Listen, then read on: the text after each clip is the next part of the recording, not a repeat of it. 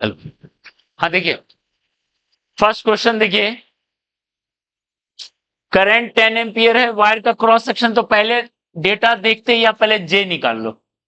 5 millimetre square, तो मिली को metre square में बदलने के लिए कितना करना, 10 पावर -6, तो 5 into 10 power -6 metre square.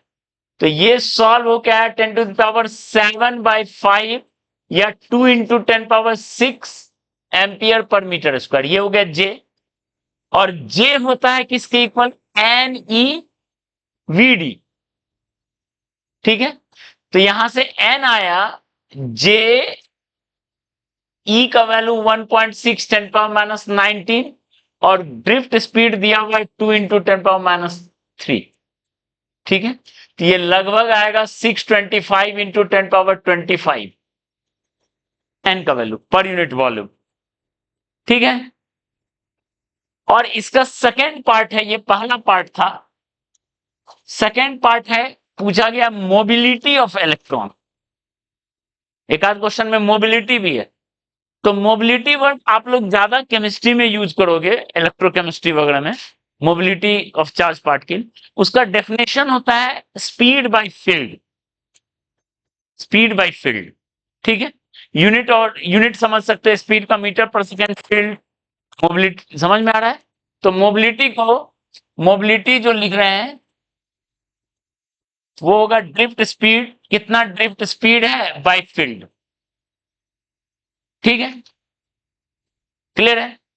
Drift speed by field को आप लिख सकते हो जे बाय सिग्मा, लिख सकते हैं। और सिग्मा ऊपर चला गया, sigma VD by J. Sigma आपके पास दिया हुआ है, ड्रिफ्ट निकाल चुका है, ड्रिफ्ट तो दिया हुआ है, और जे का वैल्यू हम लोग का निकला है 2 इंटू 10 पावर 6, ओके, यही है ड्रिफ्ट जे। तो सॉल्व कर लोगे तो आएगा 10 टू दी पावर ये 2 और -1, और यूनिट होगा मीटर पर सेकेंड बाय वोल्ट पर मीटर, यानी मीटर स्क्वायर पर सेकेंड पर वोल्ट, मीटर स्क्वायर पर सेकेंड पर वोल्ट, ये है मोबिलिटी, ठीक है। सेकेंड क्वेश्चन क्लियर है इतना।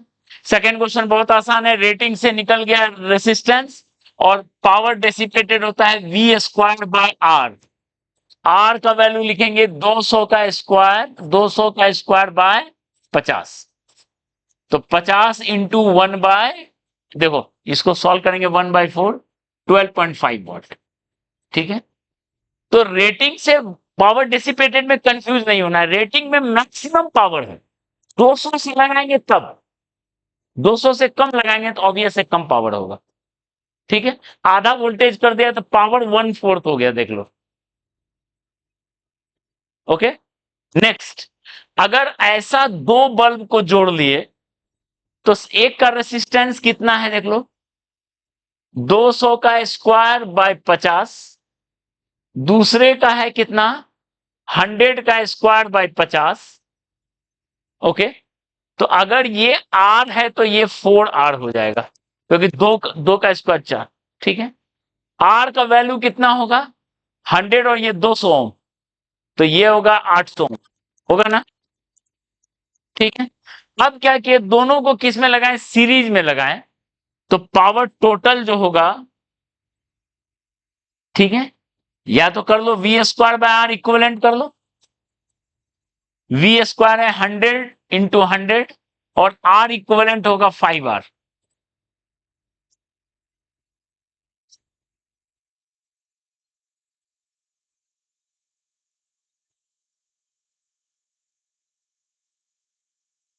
टोटल पावर डिसिपेटेड कितना होगा, 10 वाट, ठीक है, टोटल 10 वाट होगा।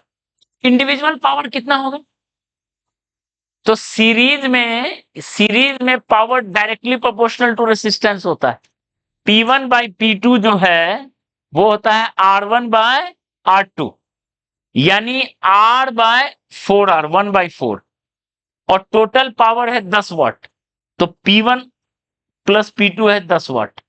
ध्यान दो, अकेला P1 होगा 1/4 + 1 × 10, 2 वाट, और दूसरा होगा 8 वाट।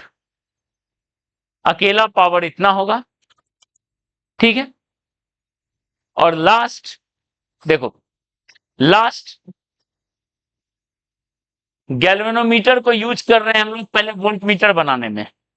400 ओम लगाए और 10 वोल्ट बना है, तो वी मैक्स का वैल्यू है 10, वो है I max, I G max into R G plus R S.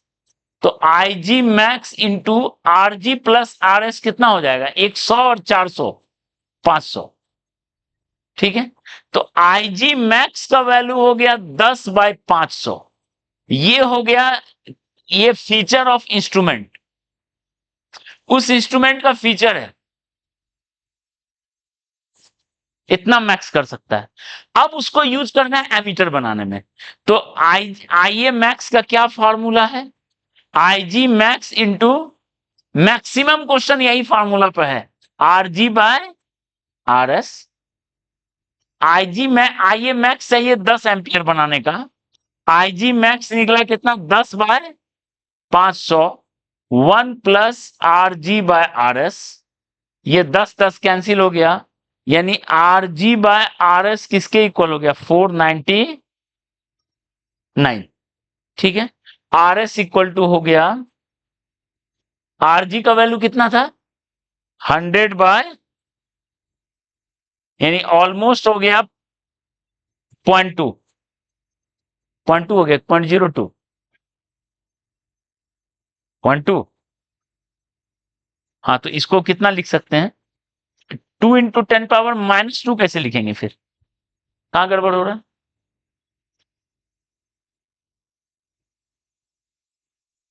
-1 आ रहा है, आंसर -2 कैसे?